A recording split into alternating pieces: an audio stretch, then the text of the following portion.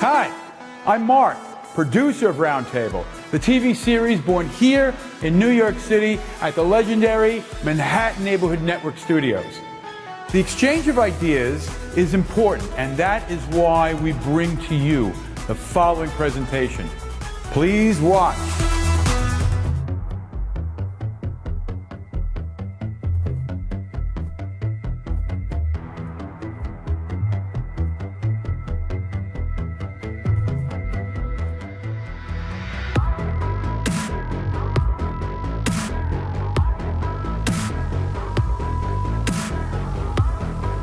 Good evening and welcome to Single Shot Show at Manhattan Neighborhood Network. Tonight we have a long-time friend of the program, Hank O'Neal, and our new friend, SoundDrGenie, merging together. The objective of our meeting is actually to create the very first NFTs of Hank O'Neal, and we believe it's a historic moment, and we would be able to actually create the images of some of Hank's iconic works. So, gentlemen, hello, and thank you both for joining us. How you doing? Good to see you again. Good to see you today. So, are you ready to join this new community of cyber art creators? If they'll let me in. They may not. I'm sure they will. So, Definitely. So let's start with talking a little bit about the pieces that we will be converting into NFTs. Well, there are three photographs we have here, and they're older photographs.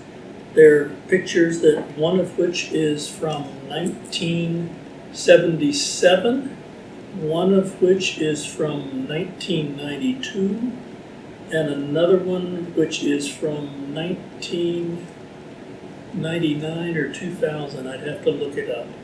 But that's what happens when you get to be older than dirt.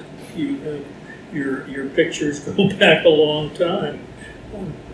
Sorry about that, but that's just the way it is. And if you'd like to talk about some of these pictures, be happy to do so, and maybe start with the oldest one. I believe that will be the best one, and it's one of my personal favorites. This is the iconic work. I'll show it to Mr. Camera over there. This is a photograph that I took in 1977 for a record cover, and Joan LaBarbera is the subject, and Joan is an extraordinary vocalist. I made a record of her in 1977, which is called Tape Songs, and it was unique in a lot of ways because my primary expertise, at least in those years, was making recordings of jazz musicians, largely mainstream or bebop jazz musicians, and Joan was neither of those. She was on the furthest extremes of the avant-garde, and an extraordinary vocalist with an incredible range. And the only thing that was close to it from a jazz standpoint was that part of it was improvisatory, but much of it wasn't. If you put it in perspective, one of the more interesting avant-garde composers of the 20th century was a man named John Cage, and John Cage wrote the liner notes for this album. But how the picture came about is interesting. Joan wanted to call the album Tape Songs, and because much of the recorded material that we used was already on tape, and it was programmed in and so forth, complicated procedure. In any event, I was thinking very hard about how to convey this on the front of a record, and it's sometimes a confluence of external events make all the difference. And in this instance, I had a call from a friend who ran the electronic music department at the New School, and he had 10 or 12 boxes of half-inch tape that he wanted to get rid of, but didn't want to throw away. And he said, can I bring them over to the studio and maybe you can find something to do with them? And I said, sure, John, bring them over. Anyway, I wound up with 100+ rolls of half-inch tape on big reels, 10-inch reels. And I thought, I've got all this tape. Maybe I can do something with it to create this record cover. And I said, one of the studio rooms had 20 feet ceilings, something like that, with pipes up above.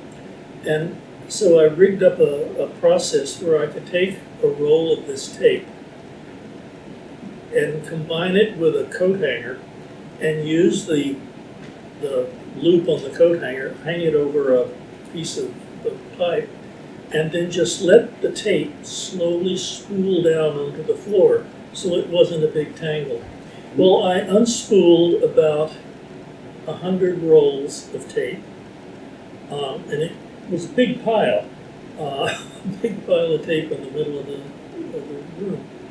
And I called Joan and I says, Joan, I think I have the idea. So she came over, I positioned her underneath a skylight, which was in the same room.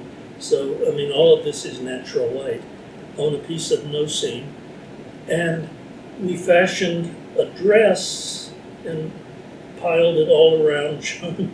And we, you know, it sort of looks like a dress if you look at it.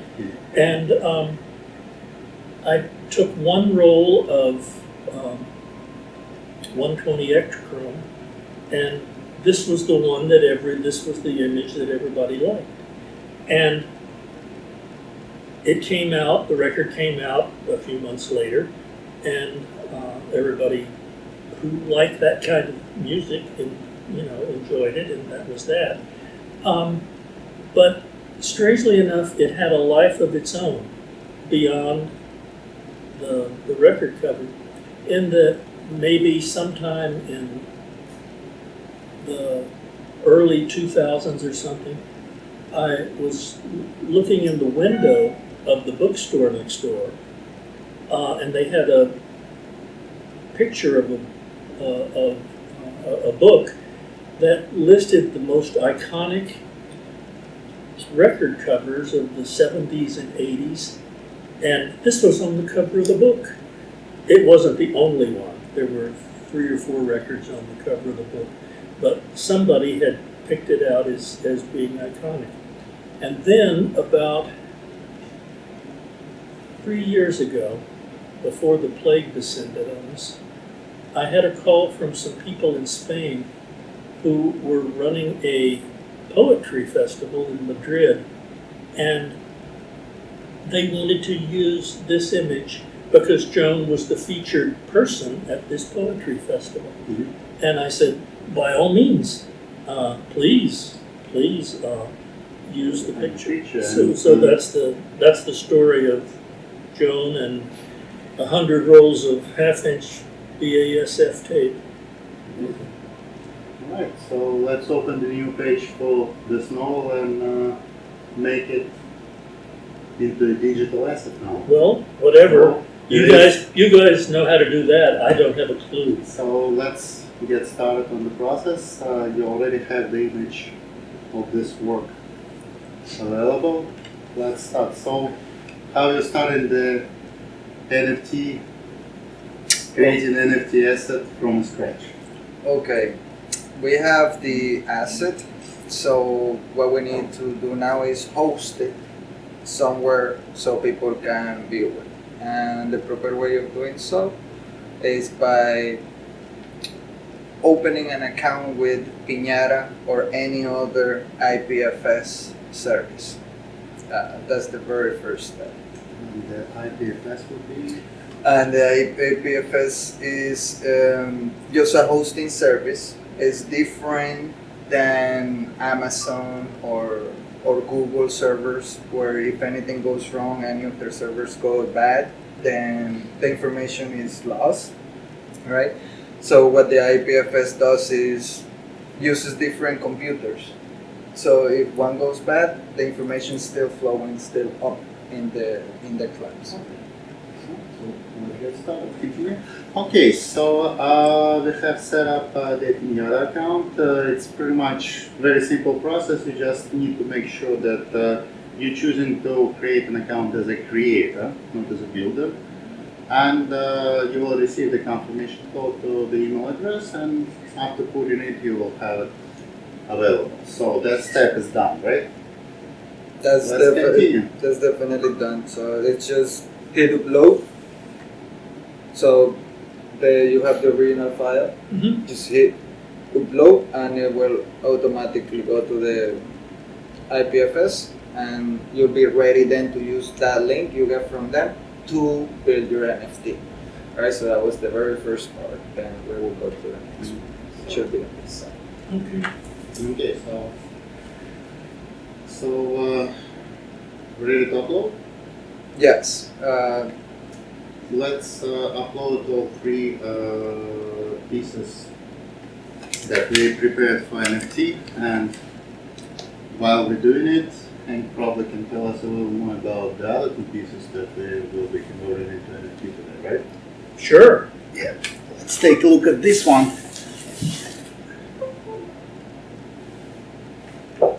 This is a grid that we made in about 2007, 7 or 8, something like that.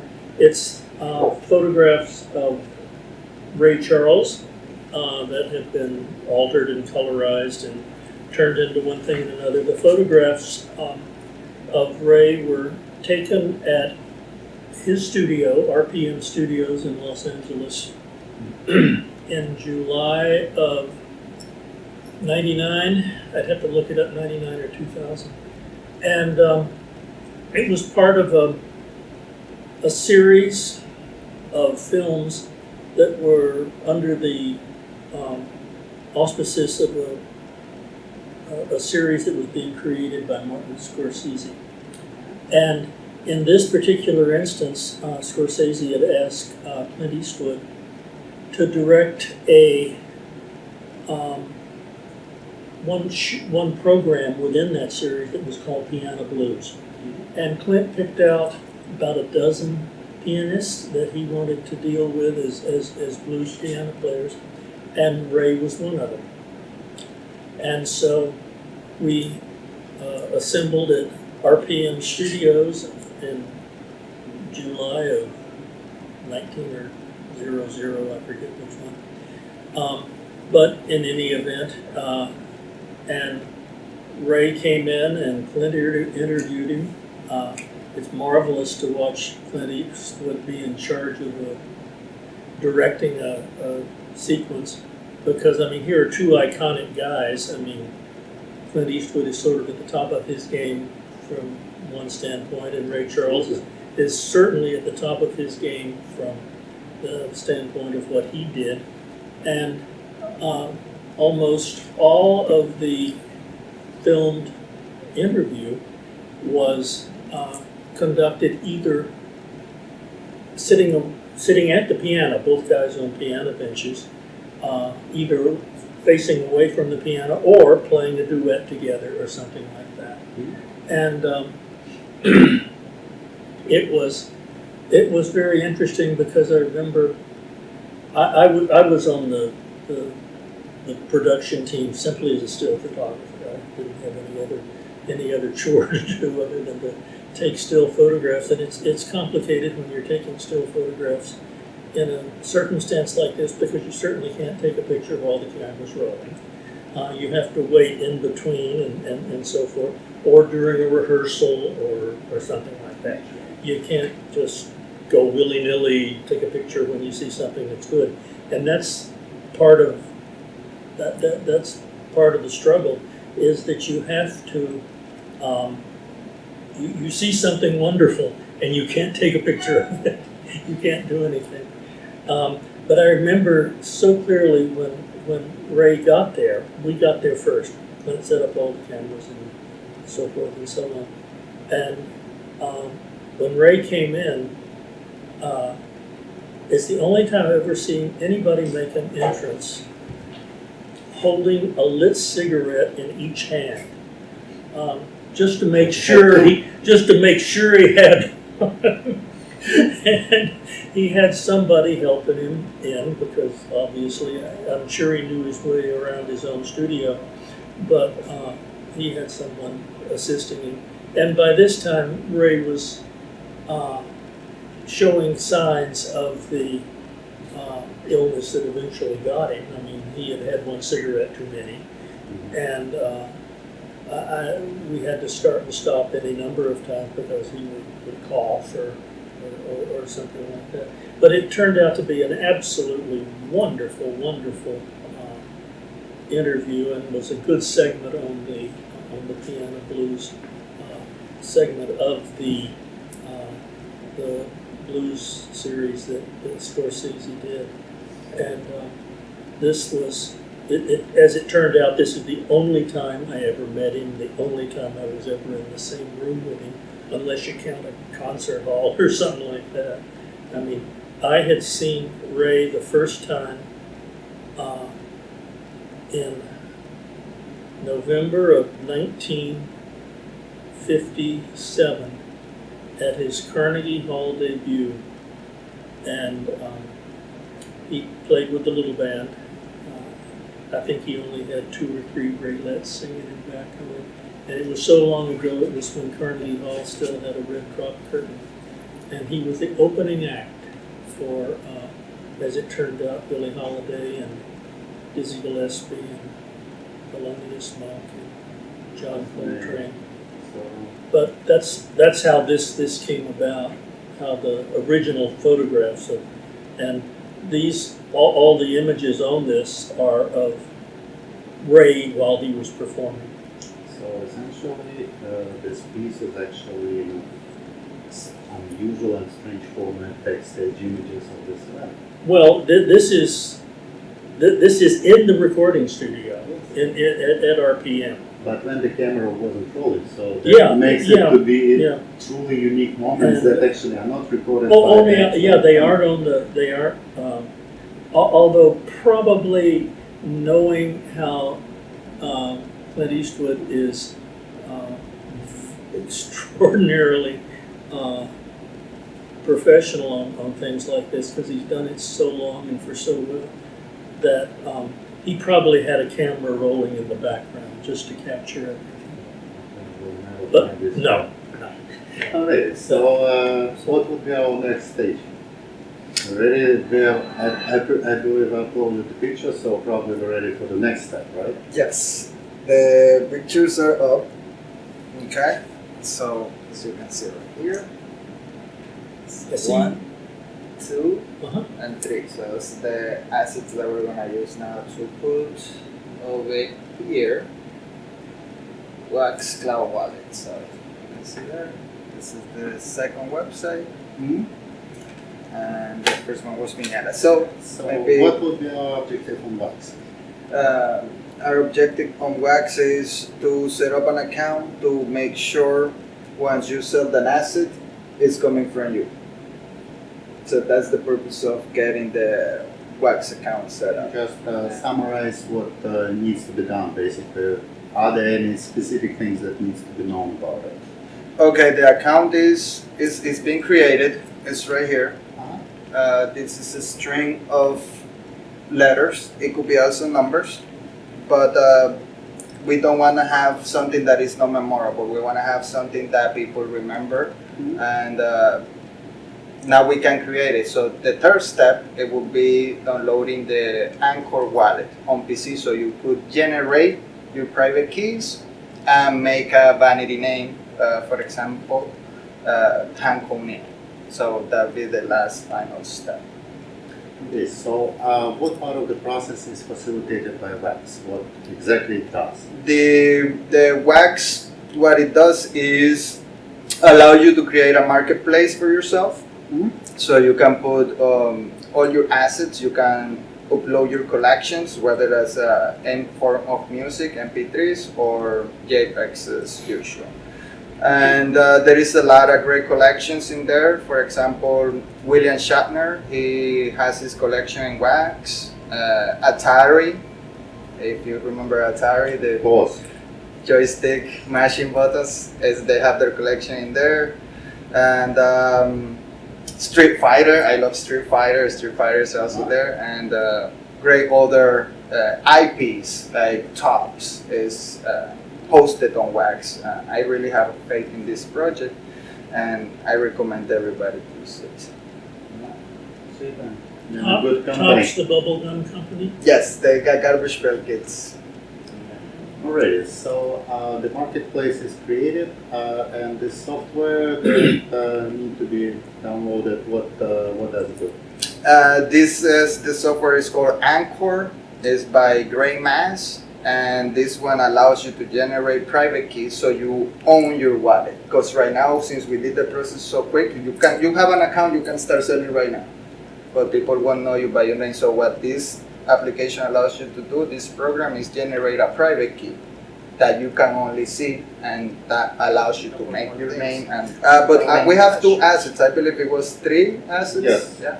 There was 3 assets, and we actually can talk about the third piece that we're Oh, sure. getting in this, and that's extremely unusual looking piece that actually hard to believe that it originated as a photograph. Yes, this is it started as a regular conventional photograph of a wonderful American musician named Chuck Berry. I think that most people are familiar with who this man is. He actually lived a very, very long and productive life. Died a few years ago. Was a lovely man. I was fortunate enough to interact with him just for a little bit because Shelley Shire hired him. And Shelley hired Chuck Berry because Little Richard's back went out. Shelley had organized a series of concerts that were being presented on the MS Seaward, a ship that was in the fleet of Norwegian Cruise Line. Mhm. And in the early 90s, this ship was not selling well, and they came to Shelley and asked her, well, what would you do to make it sell better if we wanted to sell out some cruises and things like that? And she said, well, you should put on iconic musicians and so forth. And she hired a bunch of them, one of whom was Little Richard. Little Richard had health issues, mostly around his, I don't know whether he had pinched nerves or whatever, but he had back problems. Mhm. And he canceled, and we needed to have a replacement very, very quickly. And Little Richard's agent probably also handled Chuck Berry. Shelley could tell you that better than I. But we hired Chuck Berry, and as I recall, it was a required bucket full of cash delivered at the moment he appeared on the ship. In any event, we hired him for doing 2 shows. In the second show, when this photograph was taken, towards the end of the show, Chuck came over and said, "What would you like to hear?" looking at me. And I said, "Play Baby Doll." And he says, I don't know that I know that one. And I said, "But I'll bet he does." And the piano player knew it, and he worked him through it. And Chuck was having a good time doing his famous duck walk across the stage. And this was just a grab shot of him doing the duck walk. And then we manipulated it and played with it and everything. But it started out as a photograph. And he was an utterly charming man, did 2 beautiful shows. And when he was finished with the second show, he retired to his cabin and wasn't seen for the next 2 or 3 days. But he wasn't alone. during that time. So, as I understand, this print over here is somewhat different from the image we put in the NFT, right? They're not identical. No. And that brings us actually to a very interesting concept, which is related with building NFTs, which is called unlockables. Uh-huh. And what we're basically doing right now is creating this non-physical, based on blockchain asset. But in the conditions of those NFTs, there will be a condition that once you bought it, there will be a physical print available. And on this particular one, the physical print would actually be different from the appearance of the image on the NFT. They wouldn't be identical, but the different versions of the same photo. Yeah. And you understand all that complicated things. I understand making the camera go click and taking a picture when I see something, and you understand the unlockables and so forth. But you're in charge. Well, I presume we probably almost made it happen. So, do you think we're ready to explain the next step? Yes. So once you download the application, which I'm gonna give the link for you to go over it, you run the software and go where it says generate keys. Once you're in the generating key part of it, there is gonna be a string of numbers which you're gonna migrate into wallet.wax. And once you're in there, you just type the name that you want with exactly 12 letters and pay the small fee on gas, that's why you need a little bit of wax in your wallet, maybe $2-3 worth of wax, and you're set. That's all. You'll be able to put all the assets that you have at hand as a non-fungible token on the wax blockchain. So, What a process! It wasn't that hard, right? Yes, it's terribly hard. I can. That comes from a person who was actually developing Phil. Well, it's a process. I actually did that once upon a time. Frightening. Yes, you did that. You He think? was using brownie. Yeah, a brownie. Actually, I used a brownie Hawkeye and developed it in a little thing in the basement of my house in Syracuse when I was 14 or 15 or something. So see, creating NFTs comparing to this as well.